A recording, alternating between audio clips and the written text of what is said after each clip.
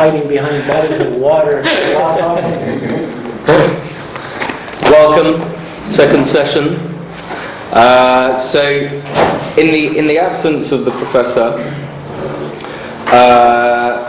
I was told to continue, so I will.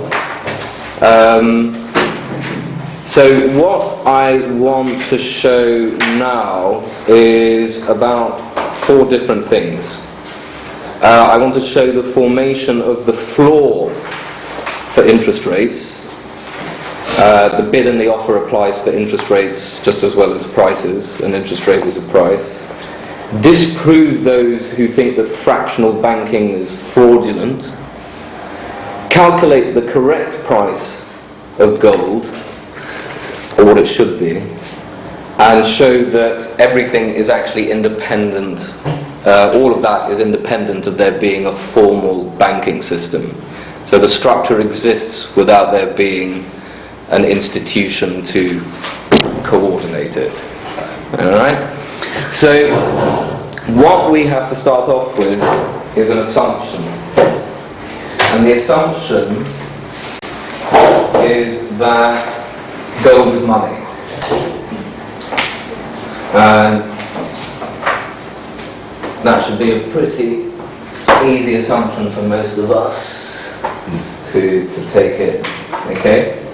So, first of all, you start off with the individual.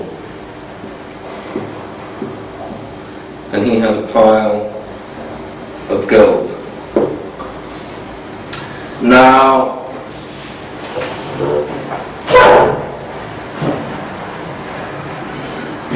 a certain percentage of that gold will need to be kept on demand. Now, does everyone know what that means, to be kept on demand? Cash. So if it's in a bank, it basically means that it's on demand deposit.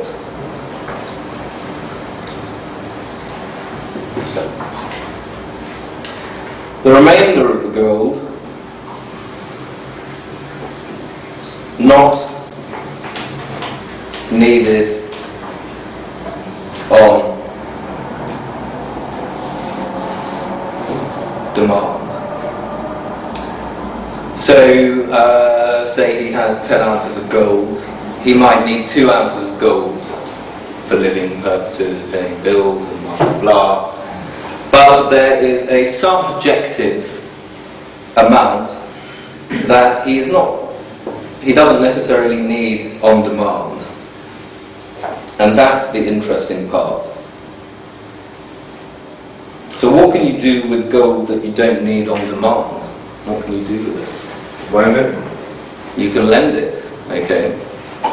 That assumes that there are people who want to borrow it. Okay, so let's start off with an example. 3 people.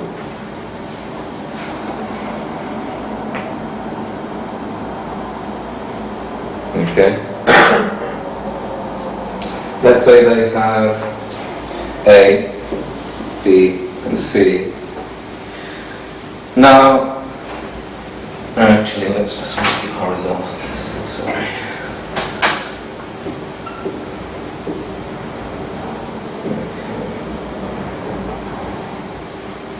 So let's say that the total amount that they hold, as in the total block, is 100 ounces, 200 ounces, and 300 ounces.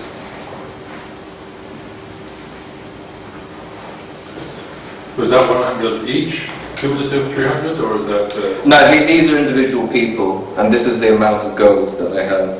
So this is, Professor, me, Judith, or something. We all have. This is our gold holding. Okay? I can rub that out. I don't think people understand that principle. What was that last bit you just wrote there, Sandeep, at the top next to the heading? I can't read that. Gold held. Okay. Gold held. Thanks. Ounces. Okay? And subjectively,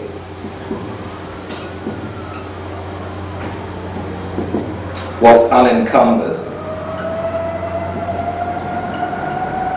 Well, Chape says, 90 is unencumbered, which means that 10 demand.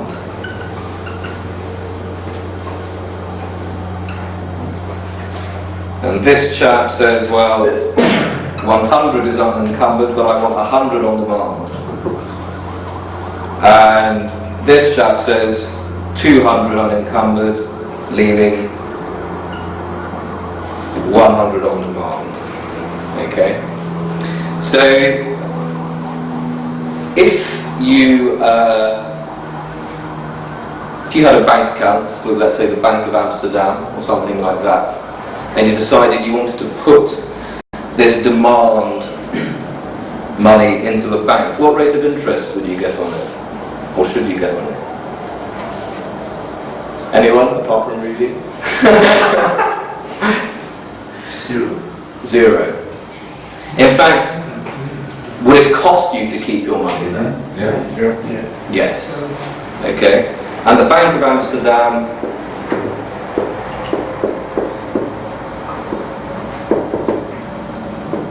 I can't remember when it fell apart because the Dutch East India Company, but it was established in the early 17th century, and that's all they did, was do demand deposits.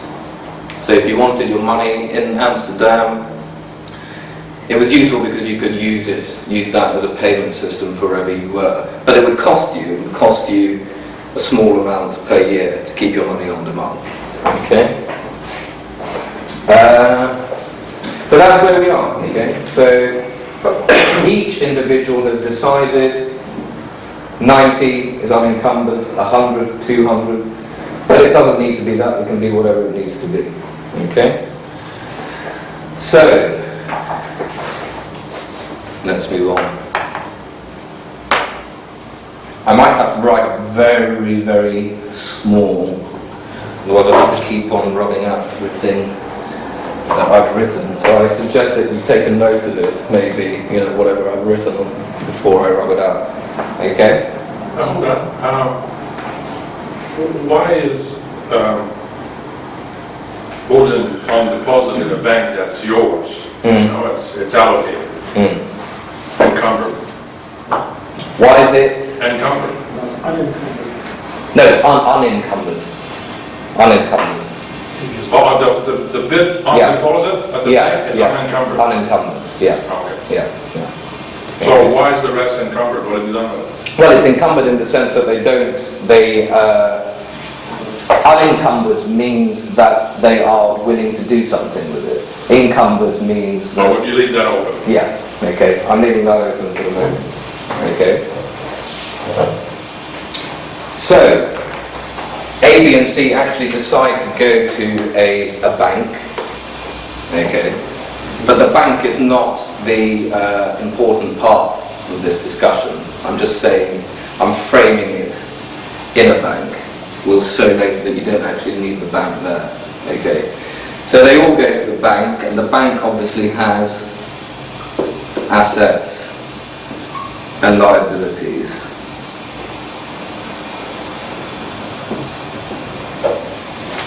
So A deposited 100, 200, 300.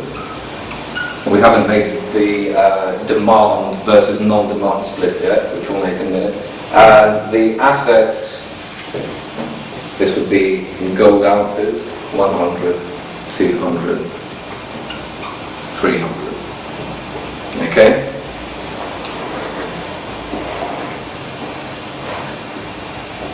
They're depositing the lot in the bank. They're depositing the lot. Oh. Okay. Okay. Now, we come to the point where we say, okay,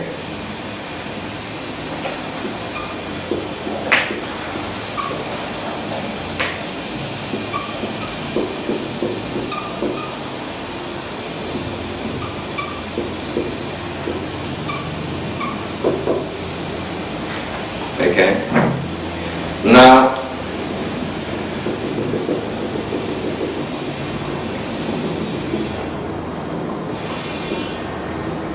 you tell the banker,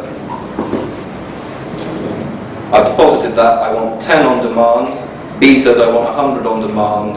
Is that a 100 or 160? This was meant to be That's 100. 100. 100. So that's a 0, 1, 0, 0, 100. 166. Where? This. Okay. Okay. So 100 equals 90 plus 10, 200 equals 100 plus 100, and 300 equals 200 plus 100. Okay. So that is on demand. You said to the banker, that's on demand. Okay. And as a consequence of that, he says, well, I'll have to keep it in a safe, and it's going to cost you, X% per year to keep it in the safe, but you can have it whenever you want. Just turn up at my door, and you can have your gold back, less the fee. Okay?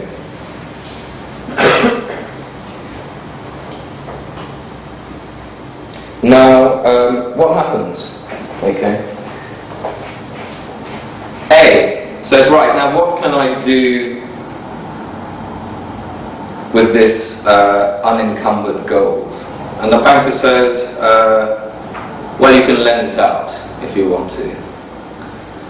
And he says, okay, what consideration can I get for that? And he says, well, you go to the market, the bond market, as it were, although you don't need to call it that. Says that if you want, A says, I'm happy to lend that out. I'm happy to lend that 90 ounces for 1 year.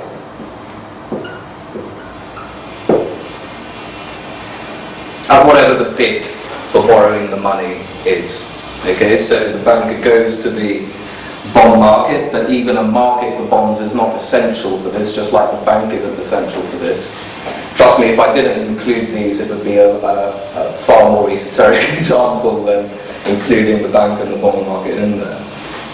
Okay, so he says, I'm happy to lend 90 ounces for 1 year. And B says, I'm also happy 100 ounces. And C says, I'm happy to lend out my 100 ounces as well for 1 year. Okay? 200, yeah. Okay? So all fine and dandy. Fine and dandy. That gold which was not earning anything for them per se, it can now earn something for them. Okay? The rate at what they get, the rate upon which they would get on their money is up for debate at the moment, but the point is they can still get something on it. So what happens is that 90 gets lent to person D.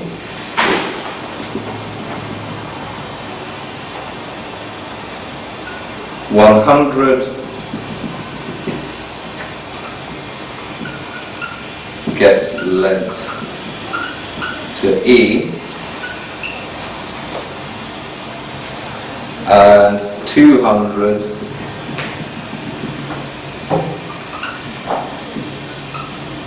gets lent to F. Okay?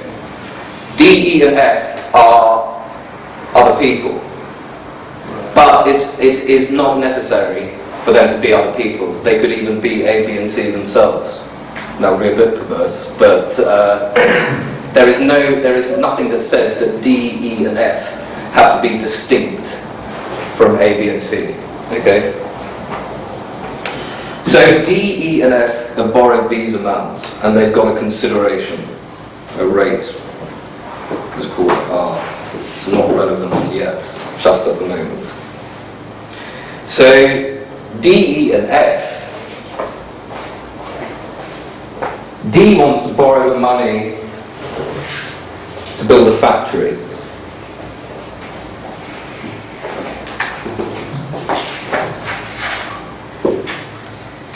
E wants the money to build a house.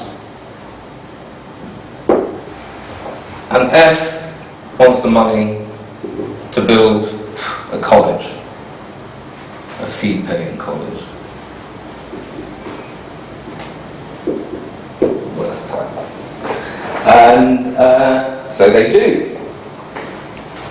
Now, D spends the money with G, who now has 90. E spends the money with H, who now has 100. G is someone who can build the factory that D wants to be built. H is the person that can build the house that E wants to be built. And I can build the college that F wants. And again, there's nothing that says that G, H and I need to be distinct from either D, E or F or A, B and C. But the point is just it makes it easier as an example to show that they are. Okay?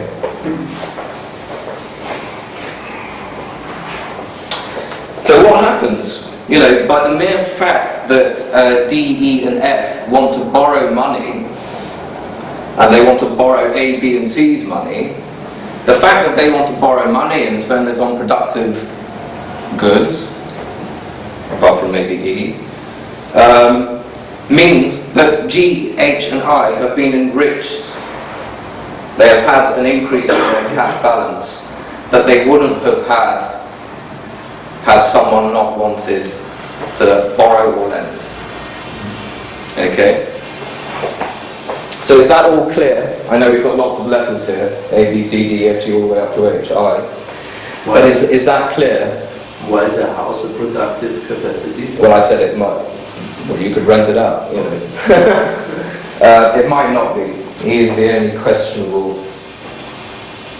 You know, D could have spent it on a Gucci purse, you know, that's, okay. You know, it's not.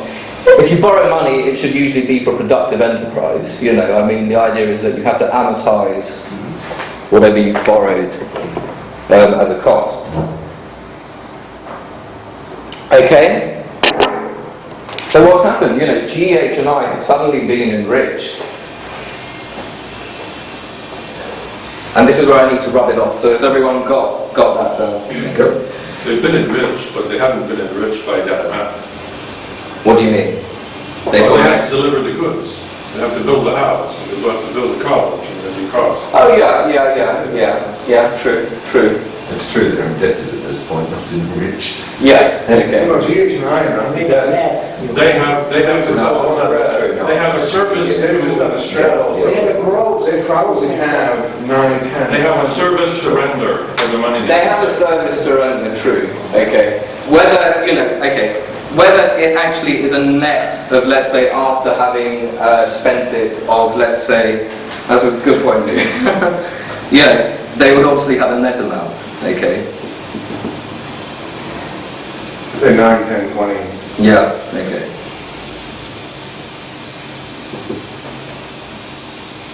But then they have their employees and subcontractors that actually add up to 90, 10, 100, and 200. This is their profit. No, I'm saying the full amount, the 90, you can just use the letter G because there's actually a bunch of employees and subcontractors. So in the aggregate, they all have 90. Yeah, you could say that. You could say that. Yeah.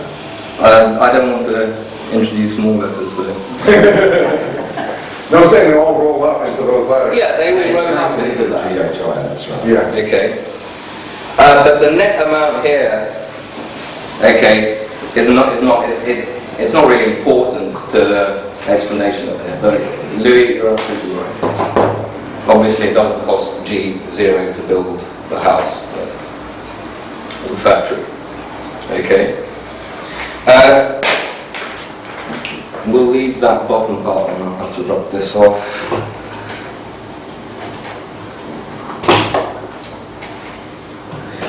So what happens with the balance sheet of this bank? Okay, is that its assets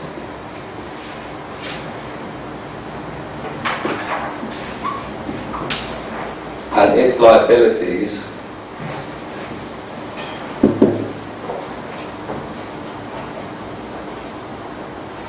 will look like this. So on time, on demand, we have 10 plus 100 plus 100. Okay. And there is now a 1 year time deposit. And that would be 90 plus 100 plus 200.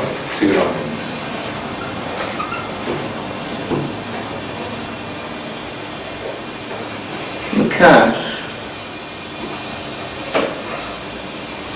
will be equal to 10 plus 100 plus 100. 100.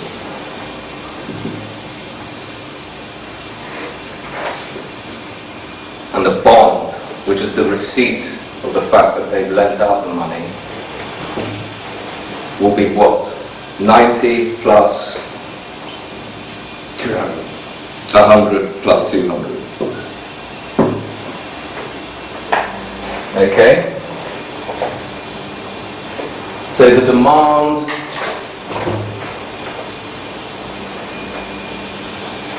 adds up to 210, and the cash adds up to 210. Okay? And the total number of 1 year time deposits is 390, and the total value, book value of the bonds is also 390. But then G, H and I, they decide with my net, so okay, what this looks like then, okay, is that the total amount of liabilities, demand and time, 600.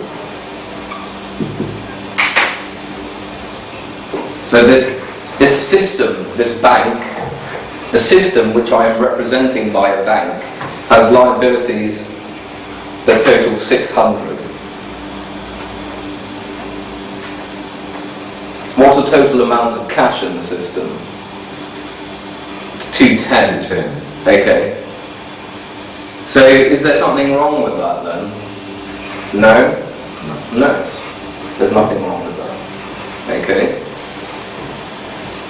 So then GH and I walk to this system as well.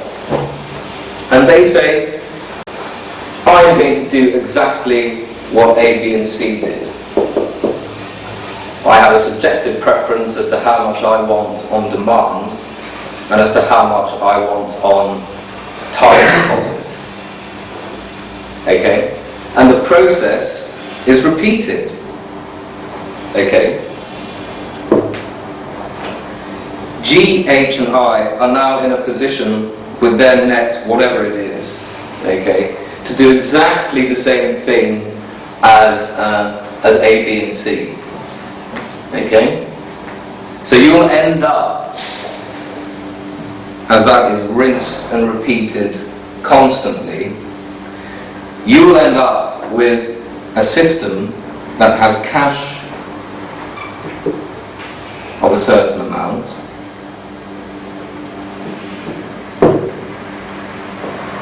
bonds of a certain amount,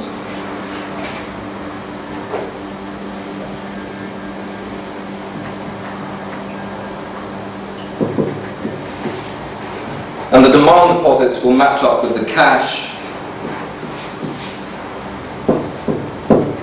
and the time deposits will match up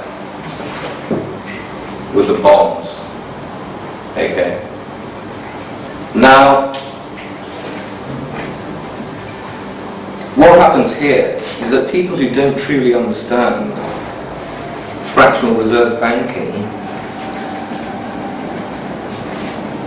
then assume, okay, that what the bank has done is taken their cash and then multiplied it, you know, into all kinds of, you know, assets that don't actually exist. So they will say, well, okay, X is less than X plus Y.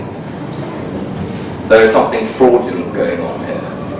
You know, and there's nothing fraudulent going on. It's the natural subjective preference of each individual that is dispersing the gold to be with different people at different times. That's not fractional reserve banking. No, this is no, I haven't finished yet. Okay. I haven't finished yet. Okay. So what you end up with is you effectively end up with more you'll end up with more assets. Y can be any number, by the way. Okay, Y could be infinitely bigger. Not infinitely. It can be much bigger than X. Okay. So you will end up, okay, with an asset base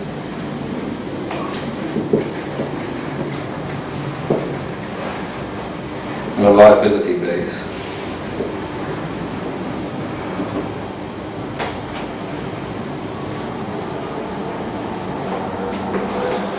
Okay.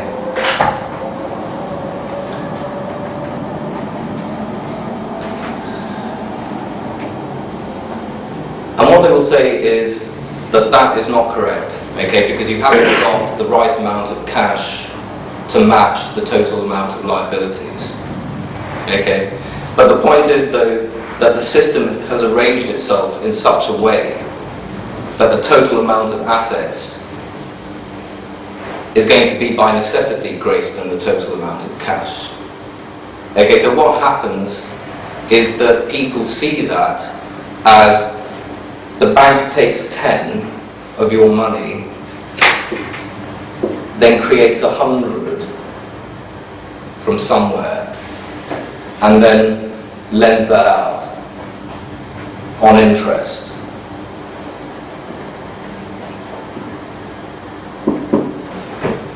Okay? And it would look exactly the same. If a bank could do that, take in 10, create 100 out of nowhere, and then lend it out, it would look exactly the same as this. I disagree. Why? I disagree. The 10 that we have at the bottom there is what has been deposited at the bank. Yeah. And that is, in effect, on demand. Yeah. Right. And if the bank kept 10 Yeah. in cash, Yeah. then there would be no, as per your example above, where cash matches the demand. Mm. That's what doesn't happen in fractional reserve banking. In fractional reserve banking, you deposit 10, they only need to keep 1. I know. And they can lend the 9. I know. And from the 9, the 9... That is not the way that people see fractional reserve banking. But that's how it works. I know that's how it works. That's the Okay. process I've just described. Okay. Now, what I'm trying to say is that that's not how they see it, though. They see it, and I'm talking about many, many people, as a sort of the Gatter ilk here. Yeah, really. Let me just throw something in.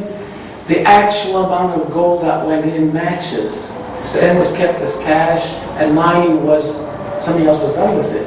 So the only thing that changed was the time issue. Instantly available or later available. And as long as the times match, you don't have a problem, because the actual quantity of gold has not grown. Is that correct? Yeah. That's what I mean. No, you're right, Louis, that is fractional But reserve. under paper reserve, it's a different story, because the paper does grow. But gold does not grow, it's just reused. So what's the point of this? The point that I was trying to make was that the structure that ends up, it seems fraudulent, okay, in the sense that people don't think about it in the way that you just said. You receive 10, okay, I'm going to, lend out 9, okay. Let's just look at that, okay.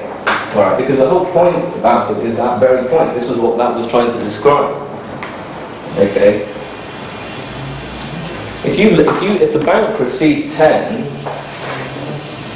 You're describing a convergent series.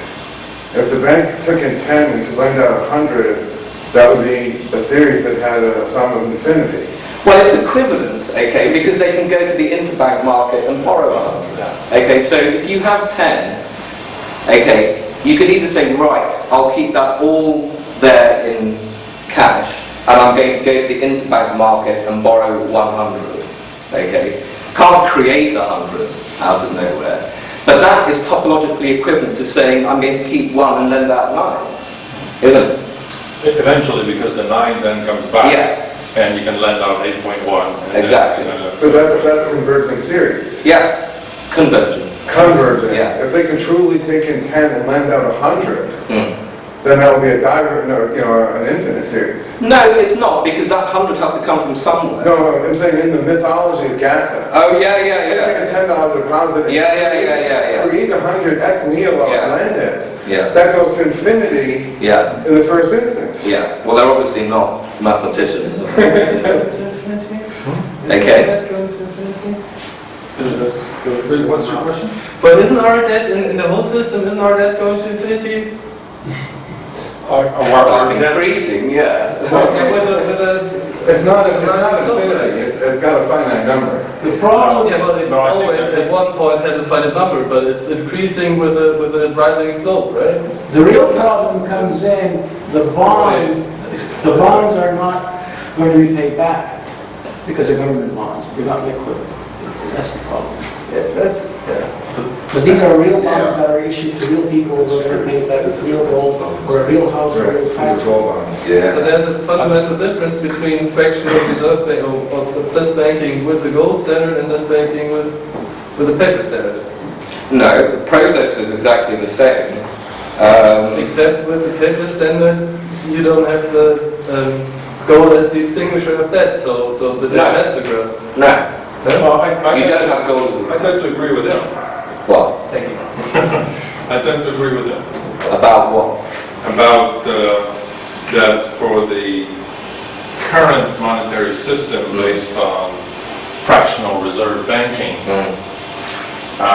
debt has to increase for the system to continue to operate. Debt cannot I think that's cannot decrease. I'm not arguing with that. Well, then I'm what's- saying it's not pertinent to what I'm talking about. That's all. Why is that relevant to the structure of how you create deposits and assets? is the planet turning Okay. around the sun? No, all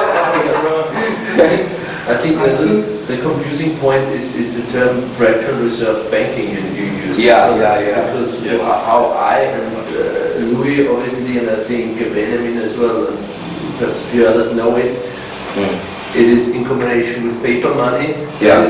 There is a minimum deposit, and there is paper created Yeah, but and because in your example you had an actual deposit of the whole amount. Yeah. And in reality, as far as I know, and I'm pretty sure that it works like that, you don't need the deposit of a whole amount, so that the bank is able to lend out more. No, I'm not saying that. That's what I mean and know Okay. the term fractional reserve banking. All right, We have a all right, all fraction right. Of the reserves. 10 deposited. Okay. Who chooses the split? Well, it's the reserve ratio that's the law of the Okay. country. So that means that if I'm going into the bank, okay, and I've got 10 ounces of gold, okay, are you telling me that the reserve ratio should determine my subjective preference for how much should be kept on demand? No, there are two different things. What you were doing with the gold, it was all fine. But I don't think that's the same thing that what's going on in the banking system. Of course it's not. Okay. Okay. We're back to Clarification question. Yeah. Will you show us how the system is working now or how it should be Yes. working? How it should be was the way I just How showed it you. should be. Okay, Yeah. understood it Okay. like this. How it should be was the way I just showed. When you walk into a bank, Another question. We're all fine with that, I think. Yeah. I have another question. When the bank lent this money out, the balance sheet grew. yeah, So every time, then in the next step, it will be always growing the balance sheet, although the bank has no assets at all, actually. it won't grow like that. Okay, it will grow something like that. Okay. But it did not, it did I'm not, talking about under a proper. what you did, it didn't grow. The 300 went in and it was 300. And it'll only grow by the rate of increase, by the interest income. Because you simply allocated, this is going into bonds and this is going to stay in the cash, in the vault, No, the assets on the bank's balance sheet, are 300. it Yeah, but increased. then in the next one it was 600. Yeah. 600. But then I think that the next step is missing, where this one-year bond is being cancelled out and the bank comes back to the... No, the guys who received the money, the factory builders, the house builders, the college builders, deposited with another bank. So It doesn't need to be another bank. Oh, even the same. Yeah. But that step you didn't feed back, so No, I didn't. No. so you didn't show us actually the point from this graph. Okay. 600 to 900. Okay. I think that's interesting, having those two curves there. Yeah. Because probably under the proper system, which you outlined Yeah. earlier, if always the cash at the bank was equal to The demand. Yeah. what's on demand, Yeah.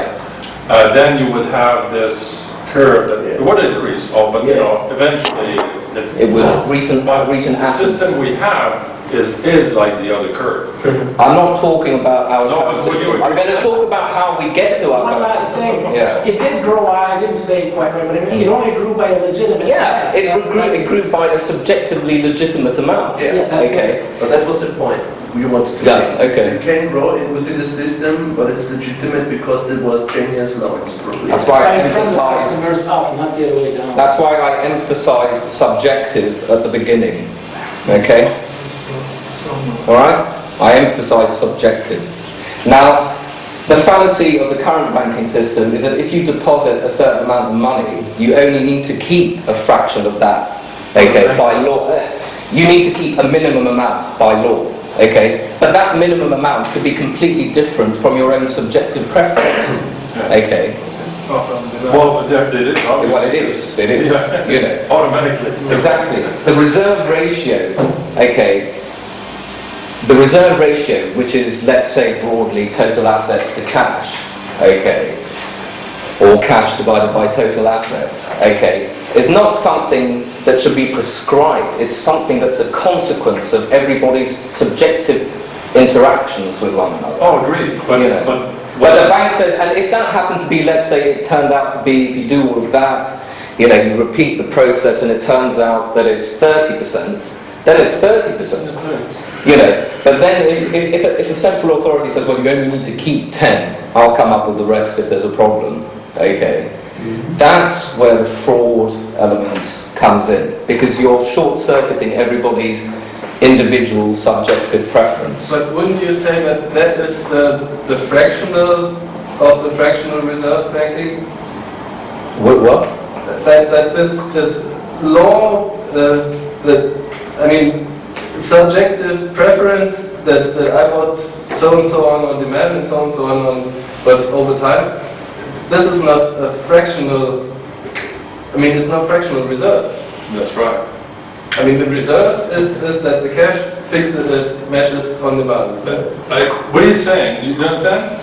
When you go to the bank with your 100 ounces, you decide. That 10 is on demand. Yeah.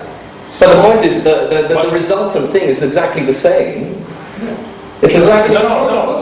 So what that implies, it implies that 100% of what's on demand has to be kept in reserve in cash. That's right. That's what that implies. All those demand have to... I thought that was taken for granted. I mean, okay, all right, okay. Okay, fair enough. Okay. But the whole point is, though, okay, is that you will end up, okay, you will converge, okay, to assets, okay, of X, liabilities, both time and demand, of X, okay, and split X into A plus B for time demand, okay. And it's a completely natural process, okay? Because A and B is determined subjectively amongst each individual. Okay, they're not forced to say you have to lend out the amount that you deposit, okay? And effectively, you will end up, okay, with a bank that, let's say, has, you know, well, let's not use letters, let's use numbers, okay? Cash of 100, bonds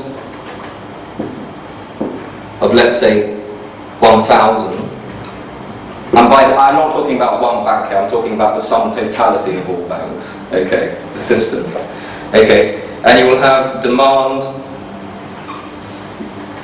of 100 and time of 1,000. Of different maturities, okay, I'm just using 1 year, it doesn't need to be 1 year, this is actually, you know, the maturities match, you can lend out money, you don't need to lend it out for a year, okay. So what is the reserve ratio here of the whole system? 100%. 100%. Okay. Now, what is the amount of cash as a percentage of total assets? Whatever, it's okay, it's whatever. 10%. Okay, but then... No, 9. Okay. No one likes the smart ass. No one likes the smart ass. Well, like you put the bonds at 900, then it's done. Okay, so you'll end up, okay, with whatever it is, 9%. Okay. A 9% reserve ratio. No, it's not the same thing. Okay, why? All I'm trying to say is that the amount of cash divided by the total assets will be a fraction. But you can't call it a reserve ratio. No, okay. Because a all right, reserve yeah. for what? Yeah. They can't pull their money out before Call it, matures. okay then, okay. On maturity, it's 100% reserve. Unless the bond fails, then they've got a bit of a problem. Okay, yeah, okay. This is 100% reserved with respect to time deposit, demand deposits. Yes. Okay. And that's what's But with respect to total deposits, okay, what's the ratio? Okay, are you telling me that everybody makes the distinction between demand and time when they look at M3? No, of course they don't. No, because the Okay. reserve ratio for time deposits is 0. Okay, of course, well, yeah, Banks don't have to keep anything for time it's deposits. 0, okay, by definition, obviously, you know, because you've lent it out, okay. But I'm talking about not just the demand deposits, I'm talking about the total amount of liabilities, okay. Total amount of liabilities, or the cash divided by the total amount of liabilities, will be a fraction, okay. But it's 100% reserved with respect to demand, okay. and it's 100% with respect to time. It just so happens that that's zero. That's the big one. Okay. No short and long dichotomy there. Yeah. They match. They match. Okay.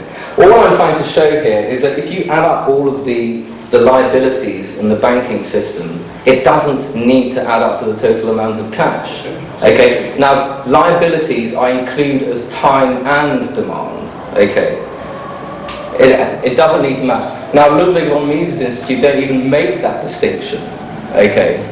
There's no distinction between a demand or a time deposit. So you're saying you put real bills instead of bonds, Yeah. it comes to the same situation. Yeah. The Reich Bank, Philip came up with this before the war, before the Great War, had a rule out there that says 30% of your total must be gold, cash, or 1/3, and the balance guaranteed real bills or bills of exchange.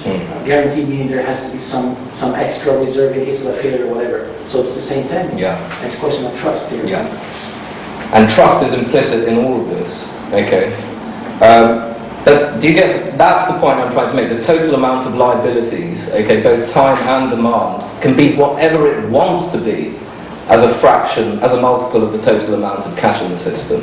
There is no restriction, okay, as to the total amount of financial system liabilities versus the cash. That's how the British Empire ran on 160 tons of gold. Exactly. Because that cash part was solid, and the rest grew up. Exactly. So what Ludwig von Mises Institute does is just say total liabilities in the financial system are 100 and the cash is 10. They don't make no distinction. They don't make any distinction between time and demand. Okay. They say that those always have to match. You know. It can't be done. Okay? So what I'm trying to show here is that you've ended up with a system that has many more liabilities than there is actual physical gold in the system. But there is nothing wrong with that. Now, if you just picked up a paper and you saw total liabilities 100 and assets, gold, cash 10, you think, well, they just created 100 out of nowhere. It's a very seductive and simple thing to assume. The only person that can do that, per se, is the central bank. They're the only ones who can create money out of nowhere for no purpose, you know, to buy bonds, which they also create out of nowhere for no purpose. Commercial banks create much more money than the central bank. Under the currency. Come on. And the lender, if you breathe, they don't wait that you can pay it back. They don't assume that you can pay it back. What are you saying that commercial banks don't create money? If National Westminster Bank, I had my boss tell me that if you go and deposit £100 into your bank, they create £1,000 out of nowhere. No, that's not what I'm saying. But are you saying that if someone goes and deposits £100 Yeah. in that bank, Yeah. the bank just keeps that £100 and doesn't really... No, I'm saying it doesn't create money out of it. It doesn't. It lends money. It lends money. It uses that part which it doesn't keep as a reserve Yes. to lend out. Yeah. And whoever gets that money may deposit it back into the banking system. So already that's multiple. That's creating money. No, it's creating Credit. liabilities. Creating credit, but credit is money now. No, now. Debt is money. There is a difference between a deposit and money. Okay, a deposit isn't money. Creating deposits is not creating money. No, when you deposit money at the bank, you're lending your money to the bank, basically. Yeah. No? Yes. Yes. If you say that I'm willing to lend. If you say to them, As soon as you deposit it in the bank, it's not yours anymore. Yeah. I'm not talking about the way it is now. Okay, I'm talking about the way it should be. Oh. Okay. I'm talking about the way it should be. Okay. One of the things that's a little confusing to me, when you drew up there's the 10 in reserve and the 90 at the bank is unencumbered. Yeah. You can lend. If you're not lending the 10 to the bank, if that's really just a vaulting security relationship, Yeah. that shouldn't really be on the bank's balance sheet at all. Well, As an asset yeah. liability, it should really be a bailment. of some sort. I think a demand deposit is still a liability. In today's system, certainly. No, but even in that system, it should If be. you're paying them to store it for you, Yeah. it really should be like a bailment. Well, it's a little bit different because they'll let you withdraw it at a branch, there's a bunch of things that let you do with it. But it's really a bailment where they're safekeeping your property for you. It's not on their balance sheet. Yeah, okay. Splitting hairs here, but yeah, okay, yeah, really. No. Back in the 1600s, there was a legal case about this. Yeah. The money you deposit at the Bank of England, or whatever it was, is it your money or the bank's money? And some judge decided it's the bank's money. So you are now just claiming, you have a general claim against the assets of the bank. It's not like a warehouse where it's your money and they give you a receipt, which is probably the way it should be. That was the way the Bank of Amsterdam was. So that was Like they give against you a that. receipt, certificate. Yeah. So It's like an allocated account. So it's not on their balance sheet as an asset or a liability. That is correct. It's like a bailment where, you know, it's in our box and you have the receipt. Yeah. There's nothing wrong with including it as an asset or a liability on your. It's not. As long as it's still available back to you at any time. As long as they don't go As long as it's not Yeah. something that you didn't know about. Yeah, but even if they did go bust, you know, your cash would just be sitting there in the vault. If it's ring fenced, then it's Yeah. not a part of what's called the collateral for the creditors. Yeah. And If the unallocated account contains the right amount of gold, it doesn't matter because you just go back and divide it. Yeah. It's just that the unallocated account is not kept in the vault, but it's used for other purposes. It's another way of saying the same thing. Very nice. Okay, so Louis, what were you saying about commercial banks? I want to come back to that. You were saying something about. Commercial bank can multiply the money supply Yeah. by using fractional reserve. Okay, yeah, that was it. Demand. Deposits. Okay. The creation of financial liabilities, deposits, is not the creation of money. Okay, you're not creating fresh gold. You're dispersing the gold and coordinating it to whatever it needs to be. If you want to liquidate your 1-year time deposit ahead of schedule, you'll be charged a fee equivalent to the loss that the person will make having to sell the bond on the open market to get your cash back. If you wait a year, then the bond will liquidate, you'll get your money back. But you can't say that process is the creation of money, because a deposit is not money. If you go up to a bank, if you go up to the newsagent and say, I've got a Federal Reserve deposit, I want to pay for the cigarettes, they'll be like, so what? You know? No, the process is simply that the bank receives $10 and it doesn't keep $10. No. So, But because it owes that $10 on demand to the Yeah. person who deposited it, yeah, but it keeps one. yeah, 9 goes away, is lent out. yeah. But that's not the creation of money. How is that creating money? Well, let's just take this a little further. Yeah. Okay. The person who is lent $9 changes his mind, doesn't really want to buy anything anymore, and deposits it in another bank with a better interest rate or whatever. Okay. Then the next day, they say there's going to be an earthquake. They both go to the bank, and they both want their money. The bank doesn't have $19. But the first person can't do that, though, because... Well, the first person deposited 10. It's on demand.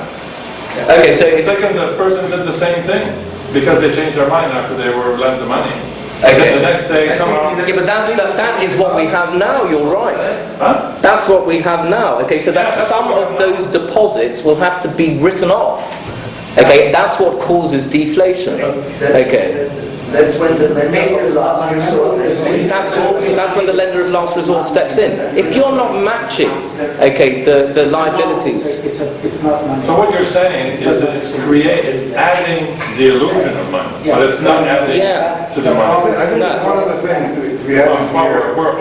We're in agreement with that, because I'd say that it increases the amount of money, Yeah. but it's not sound money. So we agree. I wouldn't say it increases the amount of I money. want to add one thing. The professor wrote a paper, I think, talking about how money is not the same thing as credit, and woe betide any system that treats them as if they're the same. So the system we have today creates credit as does the system Sandeep is describing. The federal in this system, although you have fractional reserve banking, you don't have people equating credit and money. Money is gold, and credit is credit. Well, nobody in the banking system says money is gold. No, in the system that we're talking about here. I'd just like to make a point that Louis made, okay, in that system there. When you don't match the durations subjectively, okay, with what people want, okay, then by necessity you have to write down the number of deposits, okay. That's why the financial system collapsed, okay, and it was basically taken over by the government. So you're right, okay. In that system, okay, if you haven't matched subjectively the durations that each people want, the flip side of that is that someone won't have a deposit when they need it, or won't be able to liquidate it into cash when they want to. So you have to write down the total deposit base, you know, as much as is needed, because the error that they made was that, you know, you didn't follow principles, you know, that were, you know, that was guided by the individual at each stage. You know, then a necessity is you have to write down the number of deposits. So if that was taken, as you said, like in the financial crisis currently, there would be no deposit base in the whole financial system at the moment. You wouldn't be able to pay bills, you wouldn't be able to do anything, you know. But we haven't had that problem because the central bank has basically underwritten anyone, you know, that wants to make a deposit. That wants to withdraw on a deposit, basically. You know. But what would have been the case is exactly as you said. If you had allowed everything to pursue its way naturally in 2008, okay, there would be no Royal Bank of Scotland. There would be no Barclays, Lloyds. Okay. And maybe that is what should have happened. Yeah. I said that. People have said that to me. I said, well, you know, you'd have to be able to accept that your house price might fall 90% though, or you know, you'd have to accept quite mad things sort of happening in the system as a consequence of that. But that's what would be needed to purge it. Yeah. So what they're doing at the moment is just delaying that purging. Buying time. But that purge will still happen. Will still happen, exactly. Yeah. It has to. Yeah. It has to happen, right? Yeah. So a deposit is not money. You know, the professor made that quite clear in one or two pieces. I think, you know, if you try and use a deposit to pay for something, they'll just sort of question you, basically. Okay. Is it time for a break? I don't even know. Stay up there for another year. You need some coffee. I need some coffee. Thanks.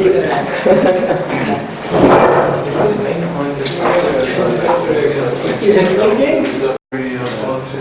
All good stuff. So I think that let's talk about what happens today. Then, you know, just recap. You know, you come into the bank with your deposit, and there's no subjective difference between the amount that's kept on demand versus the amount that's lent out. It's all lent out, or as much as the law says that you can lend out, basically. And that's where the problem is.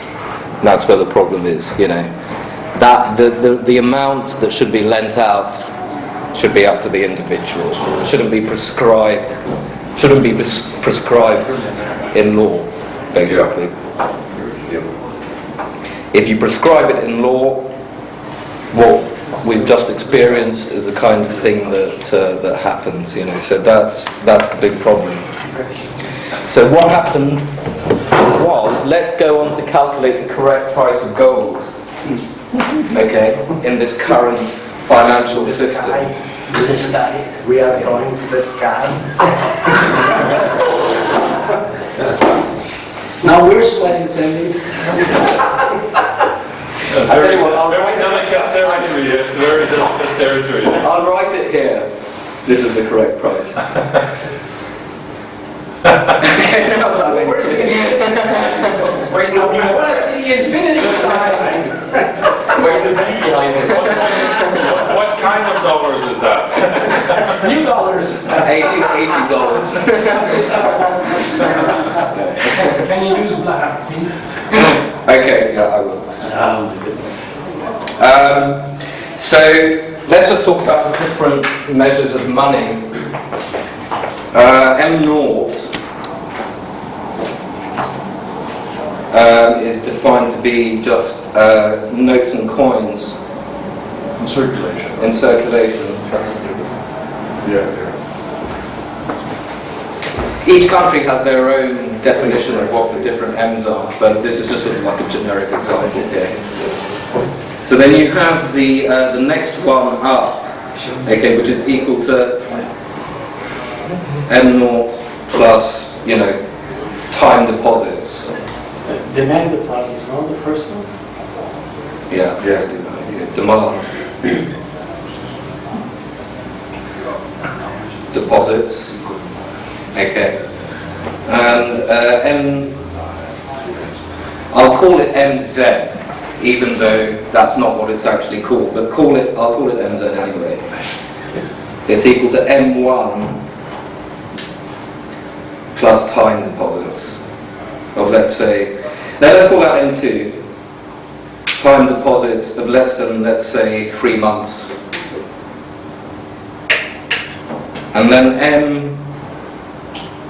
MZ equals M2 plus time deposits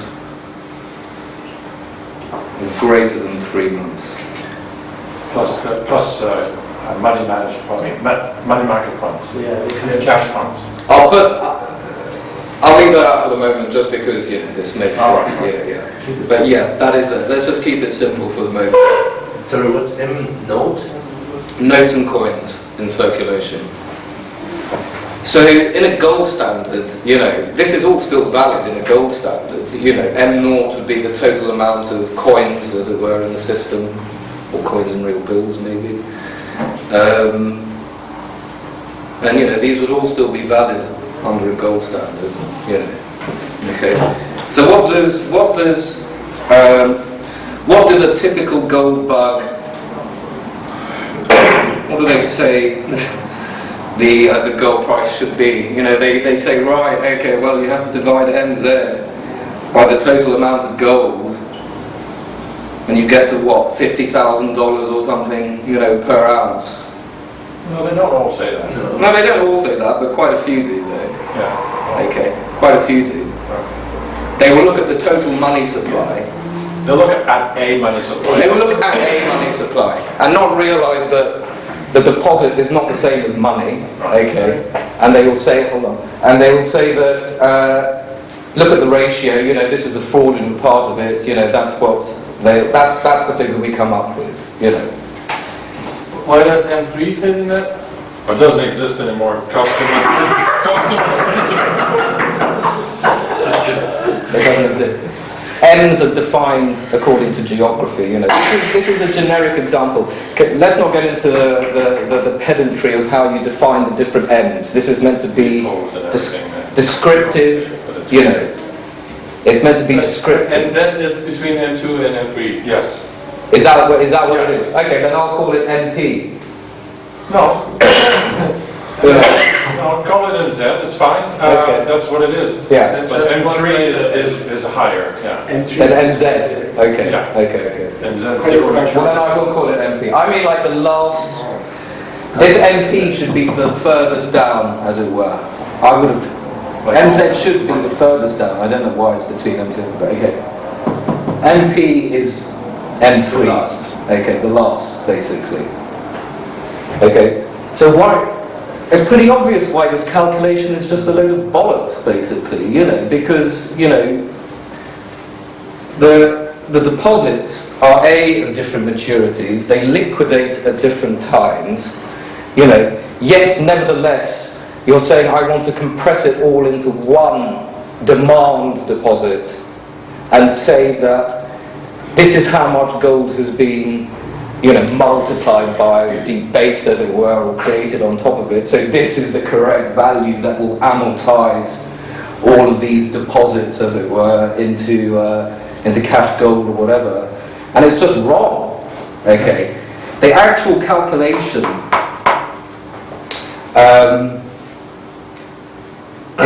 is quite complicated, because you have to think about how the different sets have been led.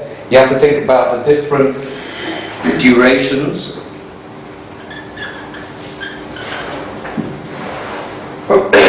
Nominal amounts.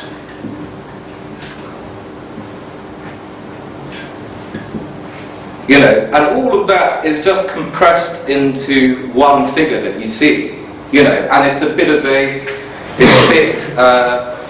dishonest, If you called up the central bank and said, I want to see how many deposits there are for 1, 2, 3, 1 year, all the way up, to however far it goes, they won't tell it to you, obviously, and I'm sure the statistics are out there, but they won't tell it to you. So you have to do your own work, to figure out the correct value, of gold. And this is a project in the making at the moment here, But it's not simply the money supply, because the money supply isn't even a money supply; it's more a deposit supply, You can't just do this, basically.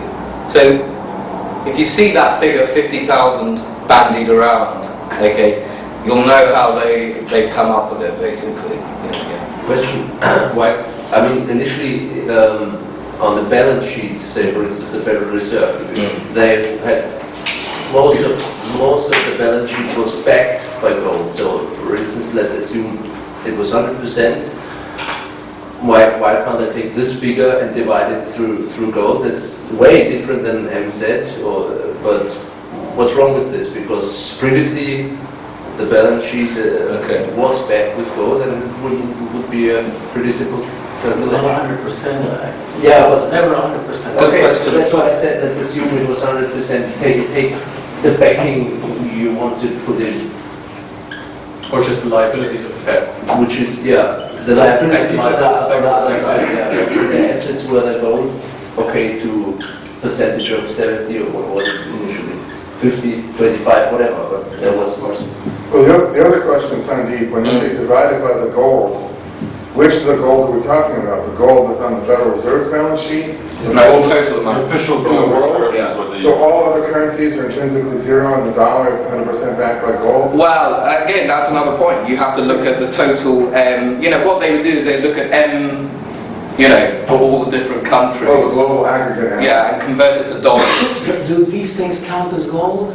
Or only the coin gold? Is it going to be the inventory or the stock? The total stock. Total stock. All the gold that's available, refined gold. Yeah. Okay. 150,000 tons, 150,000 tons, okay. Yeah. Okay. So, let's say the bonds are 1,000. Okay. Now this is, I'm emphasizing, this is proper gold standard bank. We're in a proper gold standard here. Okay, this isn't the current system that we have.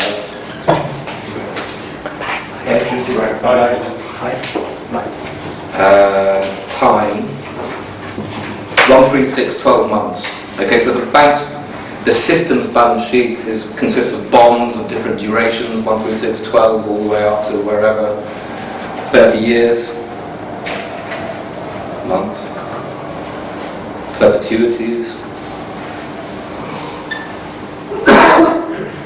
Okay.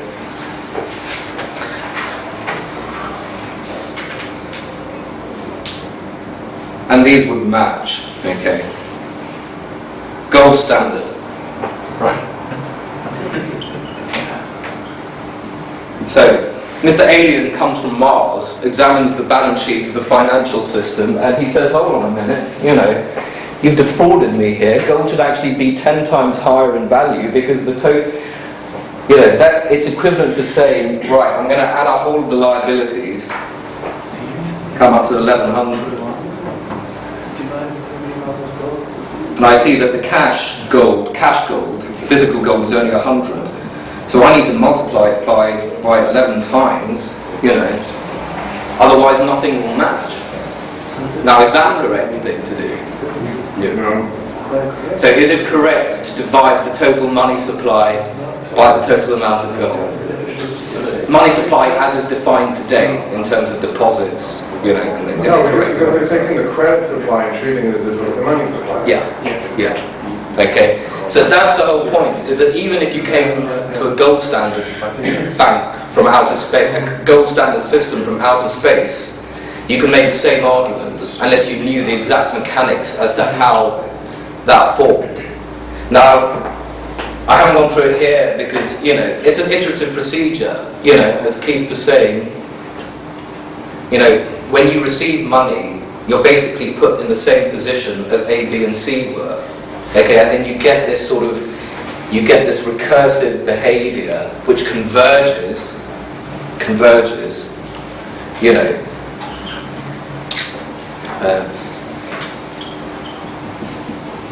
Okay, so basically,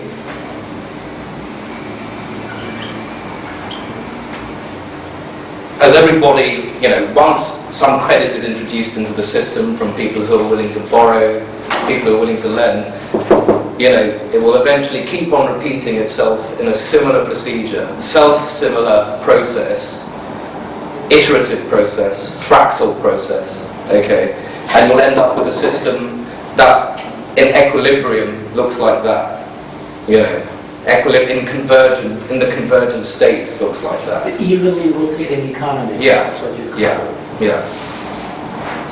Okay, but what you have to correctly do is at each stage, as you're coming to the total, as in the sum of all of that, you have to analyze each iterative procedure carefully, you know, and then disaggregate it, you know, to get the total amount of gold, you know.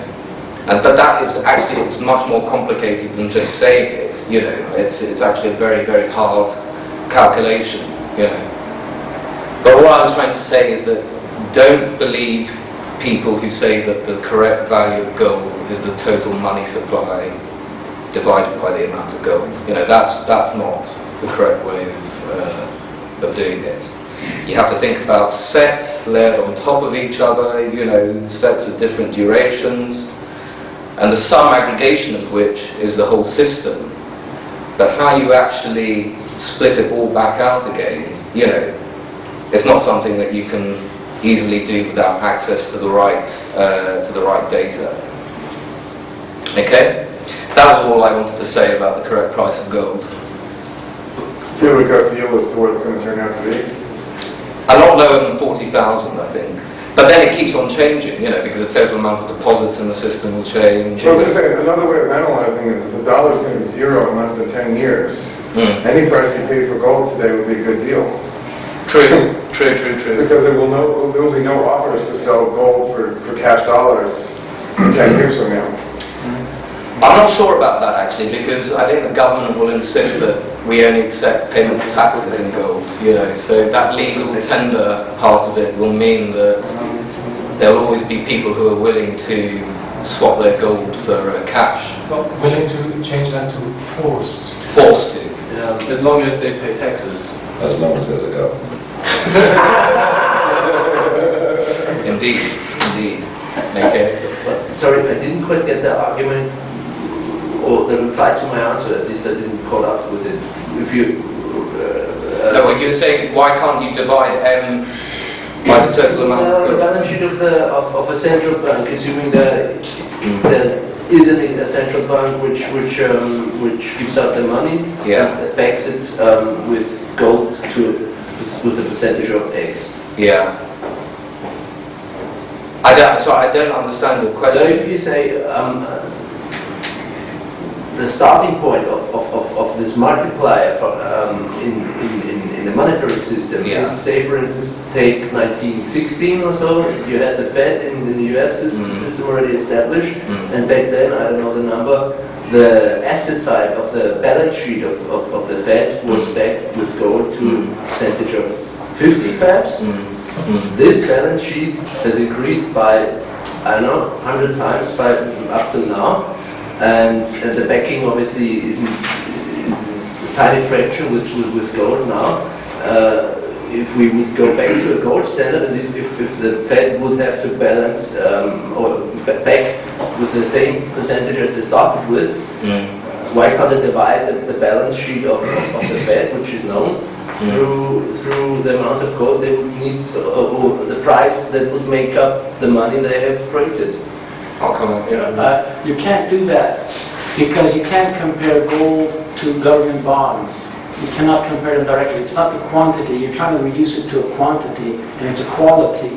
Because gold is gold, and all the other stuff on the balance sheet is paper, and it could all be worthless. Yeah, but maybe it is. But it started off with a high percentage backed by gold, and this I has understand that, diminished. but now it's not backed by gold at all. Oh. So there's an infinite divergence there. From whatever amount of gold there was, now there is theoretically zero gold. Yeah, you would have to increase this back. You can't do this arithmetically because it's infinite. You can't calculate. And his example of the bonds, there was no risk involved because he's assuming that the bonds will be paid on time.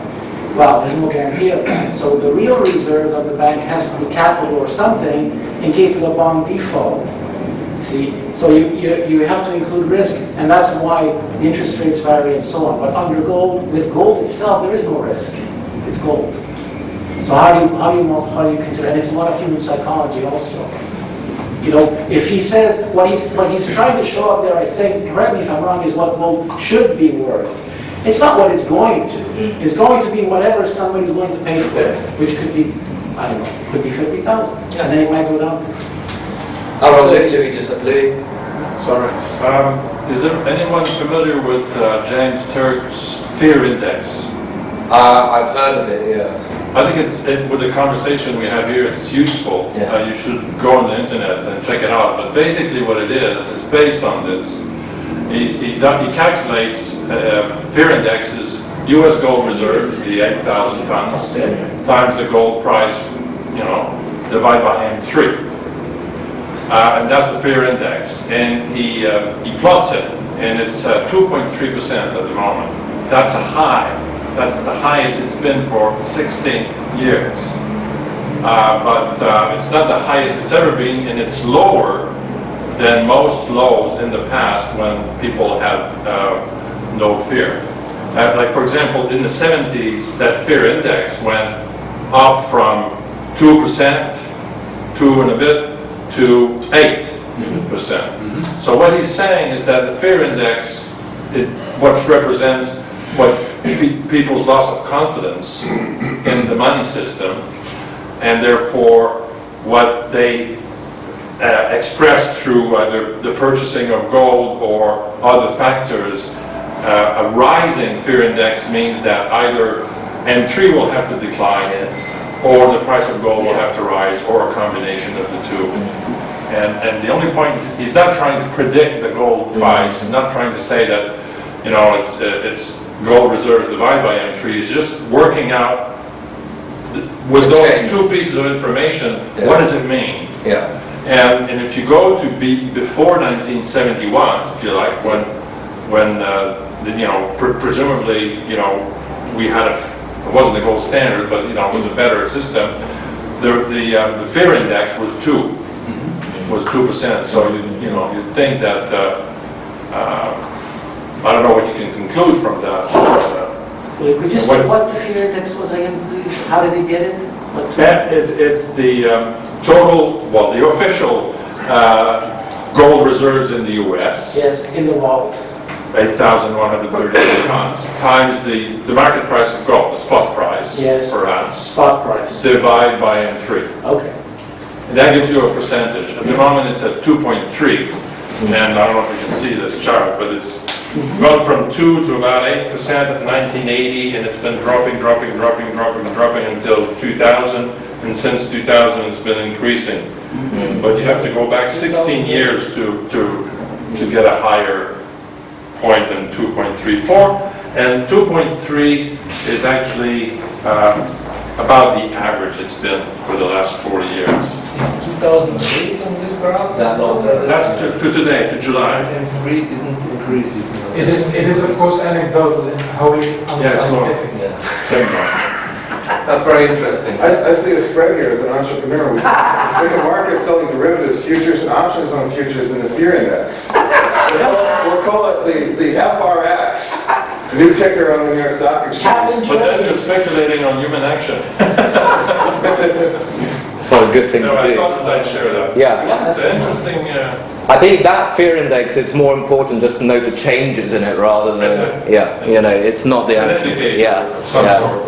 So M3 has been declining in the last 2 years, isn't it? Has it? And Yeah, It in the last it stopped not 2 years. growing, That's not a year. and it went across the zero line. Not Chubby many Stats has it. What, the growth? But it's gone to negative. Okay, The new number. right, okay. And then the price of gold is going up, M3 is going down, so obviously the fear index is going up. Yeah, Yeah, but it is. I know similar, it's not an index, but I know from Mike Maloney, he's actually plotted the same what I actually, that's why I asked, actually the balance sheet of the Fed. Yeah. So he didn't take M3, so I don't know, there is no M quotation, but it's just a balance sheet of the Fed, how big it is versus the reserves times the price. And he said it matched. It matched when they depreciated. So from 1913, there was this building up divergence, you know, and in 33, when they appreciated the gold, it actually matched more or less again where it started. So they had equivalent reserves for the printed money. Since then, it stayed constant till 71. And then this divergence closed again back to when gold was its high in the 80s, and then it dropped again, you know. And he said, okay, it's actually caught up twice, and he thinks or assumes this divergence will keep up again, so it will match again. You are aware that the golden balance sheet of the Federal Reserve is still quoted at 30 whatever. It's not $35. It's $41 or $42. So basically, the amount of money, the value of gold given in the balance sheet of the Federal Reserve is still quoted at $41. He multiplies like the fear index, the actual So it market really price. multiplies it. So Market price. it's already Sure. market priced. Okay. Sure. Okay. Because otherwise you wouldn't have had the spike in 80. And he said actually in 1980 there was a 3 months window where they could have gone back on the gold standard if they kept the price at 800 or whatever it was, and the value would have been enough to back the money supply which they had given out. Who said that? Mike Maloney, Who's he? Goldbug. But he's not, so if you add this up, he says he comes to the conclusion that it should be, according to this, 10 to 15,000. So Well, it could be, that's plausible. That's what his best guess is. Yeah, okay. Is he a Gata person? No. Okay. Right. Ah. So I think that... Sorry, I had a question. Yeah, sorry, please. So our theoretical bank, 1 year later your alien auditor comes back and sees that the bonds have doubled or whatever, tenfolded, cash stays the same, demand stays the same. What's the... Why would the you bonds say- double? You only keep it at liquidation value on the book, as in what you expect to get back, not the market price per se, unless you want to liquidate it ahead of time. One other thing that I think might be worth drawing on the board for a lot of people that have an calculus background Yeah. is that the difference between some of the series that converges and some of the series that diverges. I think most Yeah. people are probably assuming with an infinite series it always diverges, Yeah. but it doesn't. Yeah. Okay, let's just So you quickly can't, show. so in this system, you can't have the value of all the liabilities just double and then double again and double again. It has a finite limit. Just hold on 1 second, would you say? Pero, did you get your question answered? Not really, but maybe I have a mistake. Why are you saying Well, okay, I think that government and this bank are in the same bed that they can issue bonds. I don't know, let's build a bridge and it costs 1,000 of these units more. Yeah. So on the balance sheet, I'm going to have 1,000 payable in 10 years' time. But cash and demand will stay the same. So this alien comes back and says, okay, what's this? Everything doubled. But nothing happened really. That's what you're talking about, paper money system now, not a gold system. No, gold. I mean, okay, all these bonds are, the value of these bonds, But the bond is liquidated after 1 year, it's cash, it's a 1 year term. So if it's in 10 years, well, in 10 years, the bond ends at 1 year and you get just a little gain on whatever the percentage was. Yeah. And then the thing starts over again if it does. You can't use the same bond for 10 years. It's, if it's a 10-year bond, then it'll have a different ratio and it'll be liquidated in 10 years. And it's on the books for 10 years. Yeah. I'm not sure. well, okay, then in this way, this new bond would have been issued, then the cash position up there would... You can't issue a bond unless someone is willing to lend it. Yes, and they may have different rate, they may want more cash and they Yeah. might want more bonds. It's driven by the market demand, his Yeah. system. My system. That's your system. I wish it was mine. It's not. It's the gold standard system. Okay. But do you see? You can't issue a bond unless someone is willing to lend you the money. Well, you couldn't. You couldn't. Infinite series. Keith was just saying. They don't need to diverge. If you have a system that has infinitely many terms. If you add 1 plus 2 plus 3 plus 4, obviously that just keeps on going up as high as you want it to go.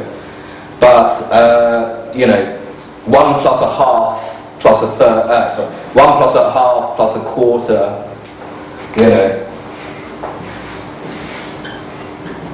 plus an eighth. Does anyone know what all of that adds up to? Close to 2. Up to infinity. So the limit as that goes to infinity, what does it add up to? Close to 2. No, it equals 2, not close to 2. The limit is 2. At the end of infinity. Yeah, the limit, it tends to 2. Okay. The limit as n tends to infinity is not close to 2, it is 2. Okay. So at the end of infinity. You never reach it. At the end of infinity. Okay. It's a cool place. But you could have a system which looks similar, 1 plus a half Beer is cheap. plus a third plus a quarter. And if you plotted that, it would look like that. It would look similar to this. But that doesn't converge. You can take as many terms as you want and make it as large as you want. So that is a good example, to show that, infinite things don't need to diverge. Infinite processes, don't necessarily diverge. They can diverge, as we're seeing now, but they don't need to. But the fractional, let's say the fractional reserve was 10%, then that's 0.9 plus 0.81 plus 0.72, that does converge. Yeah, and that converges to 10. Okay, yeah. But it would be strange if everybody on the whole planet was only willing to lend 10%, only wanted to keep 10% of their... Right, they might keep a lot more than that. Yeah, exactly. But even if it was 10%, that converges. It converges. So that was a partial answer to this gentleman's question about what if the bond value just doubled? Right. It can't. Yeah. There is a finite limit beyond which it cannot be doubled Okay. without more gold in the system. But it could have increased because of a few more indices, and so the answer probably is you would have to reverse these again and then take out the new credit. I mean, it could have grown within this after this year, Okay. I guess. Let's not debate too much from, Short question, sorry. Yeah. Would this imply that the economy cannot grow as fast as it could because of these restrictions? No. The economy would be a result of this. It's the economic process that happens as a result of this is that. You can't say, well, if they wanted to lend more than they had lent, then the economic system would be different. You can't say that. Do you see what I mean? You can't say that the economy. Let's say we want that bridge over here, another bridge on the Danube River in Budapest. We want to issue bonds, but there is no... Well, then you'll have to offer a high enough rate to tempt people to lend you the money. Who wants the bridge? Who wants the bridge? The bureaucrat? The people, are they willing to pay a fee to cross the bridge? $1 a crossing? How many people cross the bridge? What's the cash flow? And how much does the bridge cost? You tell me, then we'll see So if the it bridge will is be centralized, but like the people who are I see. here will have to decide. It can't do that. It can't, you know, no matter what each subjective person's personal, you know, 10% or 20, 30, 40 or 50, whatever it is, it will always converge. You know, it will never grow exponentially. It will grow in the reflection of an exponential curve. You know, an exponential curve looks like that. You know, and the reflection looks like that. You know, it will reach an asymptotic level. One very short comment, which I think is quite important, because real growth, I think, is a function of savings, of real savings. This example, I think, is if you don't have the real savings, you can't produce real growth, and the market will take care of that by determining the correct interest rate. And determine the correct purchase power of the gold. Yeah. Because as the productivity increases, that ounce of gold will buy more, whatever. Yeah. Louis? Just a point, that someone asked earlier if the money supply was increasing or not anymore. I just went, and M1 and M2 are still increasing, but at a lower rate. At one point in 2008, they were increasing, Well, in September of 08, it went double, right? M1, 18%, but now M1 is increasing at 4% per annum, the latest. M2 at 2% per annum. M3, measured by John Williams, is decreasing. Okay. It You is see, that's a good example. by 6%. Okay. Per annum. But it's still 12 trillion. What's the amount? If the government hadn't done what they had done, you know, all of the M's would have done that, basically, okay? Yeah, because the deposit base would have more been like destroyed. 13 and a bit trillion. M1 wouldn't know, okay. But M1 is the most useless of all of the measures, I think. Sorry, M0, not M1. Oh, right, yeah. Okay, But because the government has basically guaranteed everything, you know, it's probably doing something like that. But that doesn't preclude what Louis said, is that this will eventually happen because the durations are completely shot apart. You know, they're not matched according to each people's preference. What are you referring to? M1 this time? MP I call it. M3, okay. Yeah. There is another monetary measure that you didn't mention, and it's not a supply measure, but it's called a monetary base. Yeah. That's what I was referring to. And I understand that is a measure that central bankers look at much more closely than the other measures, because the monetary base is more or less money in circulation plus reserves that the commercial banks have at the central bank.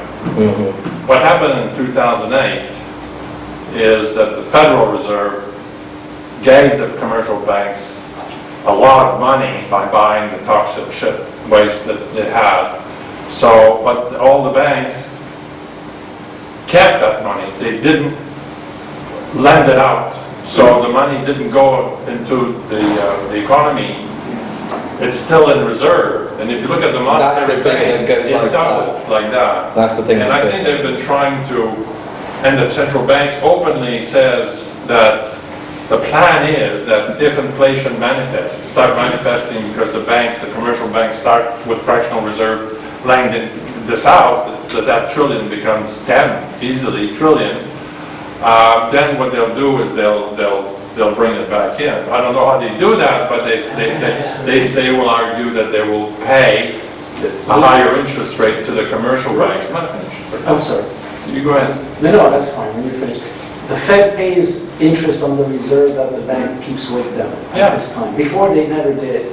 And what they're saying is, if they want to get this out into circulation, they will cut that interest rate. Right now, the bank would rather leave its bank at the Fed, because it's risk-free and it's earning them interest. They always pay interest. Anyway, the monetary base is a measure of inflation in the pipeline. Thank you. You could have, and this is the point. You know, that the thing that the monetary base looks like that. You know, and that's why everybody assumes that we're going to go straight away into inflation, but that doesn't. It's not It needs to inflation, wind down. it's part. Yeah. So you will have a big party before they even think about withdrawing that. You know, and then when they start to withdraw it, that's when the party is likely to They won't collapse. They won't withdraw it. Did you read the news yesterday? They will never withdraw it. They will never withdraw this money. That's what they say. That's what they say. I don't know. Of course they say they have an exit strategies, but they have none. Because you need this debt to be increased, and if M3 doesn't do it, they do it with the monetary base. No, but if it serves the end purpose, they want to inflate the debt away, you know, and at the moment it's not doing that, you know. So once it has inflated the debt away, you know, then...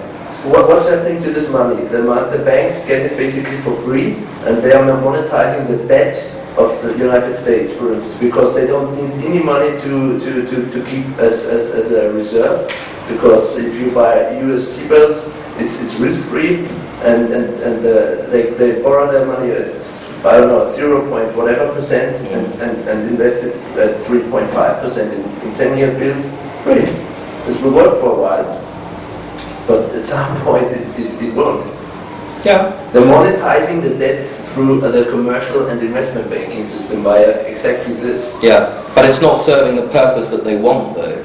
Well, the government isn't too unhappy, I guess, that they've got so much bias of T-bills. I don't think they care about that. They want to solve the problem about everyone has too much debt, and the only way you can do that is a la Roman style. And you know, the difference between that, you know, it becomes a question mark as to whether the purchasing of government bonds rolled into perpetuity is the same equivalent to a debasement. You know. It will at once. It is, but they're not going to roll it into perpetuity, though. You know, if that starts coming down, they will have achieved what they wanted to achieve. You know, the official story. I don't buy that. That's not their. Well, do you think their official story is telling the world that they want to inflate the debt away? What would bondholders do? The official story is that they're going to drive this back to a normal rate again. Because Yeah. if you see the long history of monetary base, it has been increasing ever since. And now you have this big spike. Yeah. It has been increasing since 97 years, since 1913. Yeah. This hockey stick, the monetary base, Real hockey stick. you know, I've got it in front of me. It goes like this, has moved for 60 years since the Fed was created.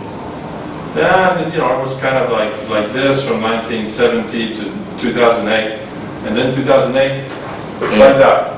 Okay? And what it's been doing since is trying to come back, but it's going down like this, you know? They call it exit strategy. And this will be the test. Yeah. This will be the test. Can they bring it back in? Yeah. Because if they can't, then Did you hear the news yesterday? Did you hear the news yesterday? no. They exited the exit strategy. They said the mortgage. Oh yeah, well that's just what they announced. It's not- Watch what they do. They exited the exit strategy, if you ask me, because they said they won't drive this on. That's The exit of the exit strategy. Yeah. They said they won't drive it back. They will the maturing mortgages they have on their balance sheets, they're replacing with T-bills now. Since when are they transparent? Well, that's what they officially said. So Yeah, well, probably doing the opposite. Can I say something? Go read They it. also said, Bernanke said that in the future we're not going to hold interest rates and we're not going to hold money supply. What we're going to do is you watch our balance sheet. And that's what they're going to target. And I'm quoting them, that's what he said, we're targeting our balance sheet. So what is that? With what, shotgun?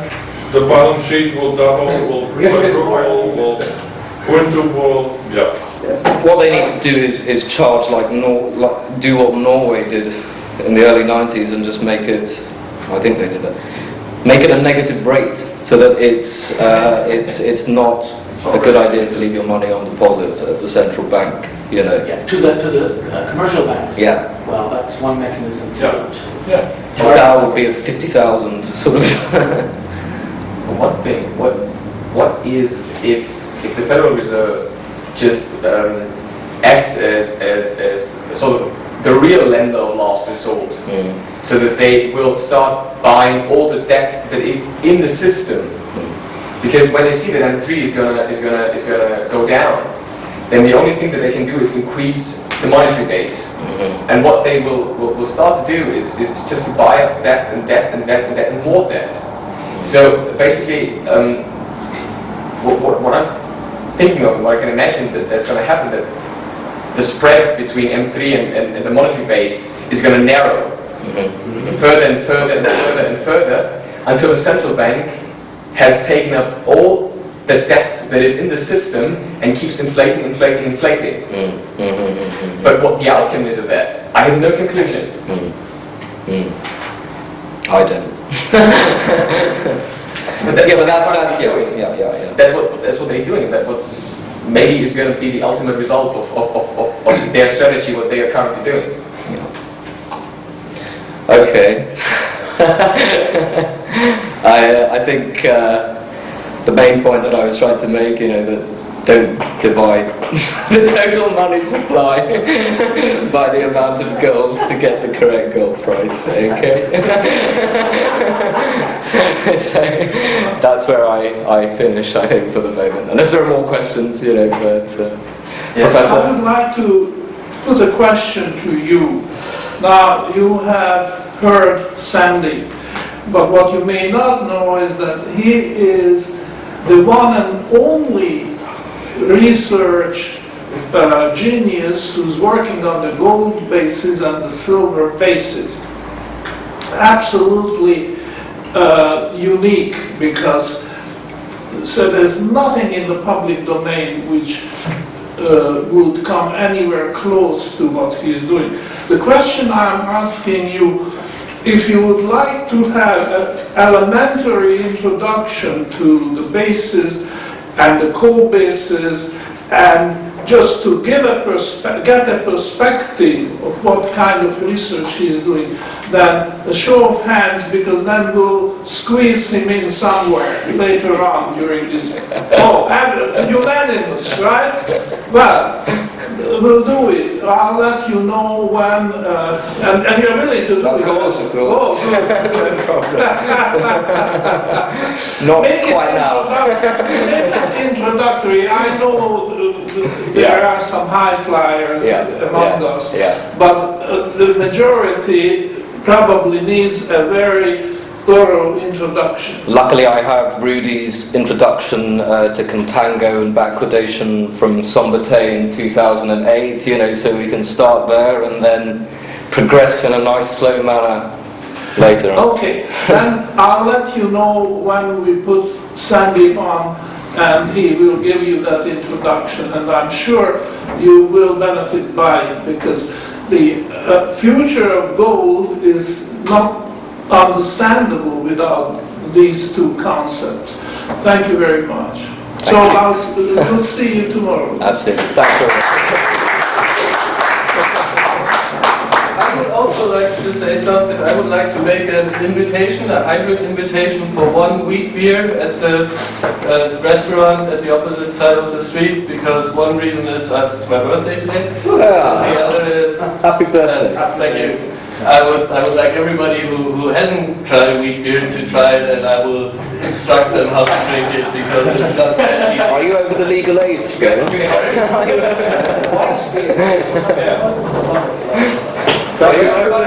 Are you allowed to drink? Are you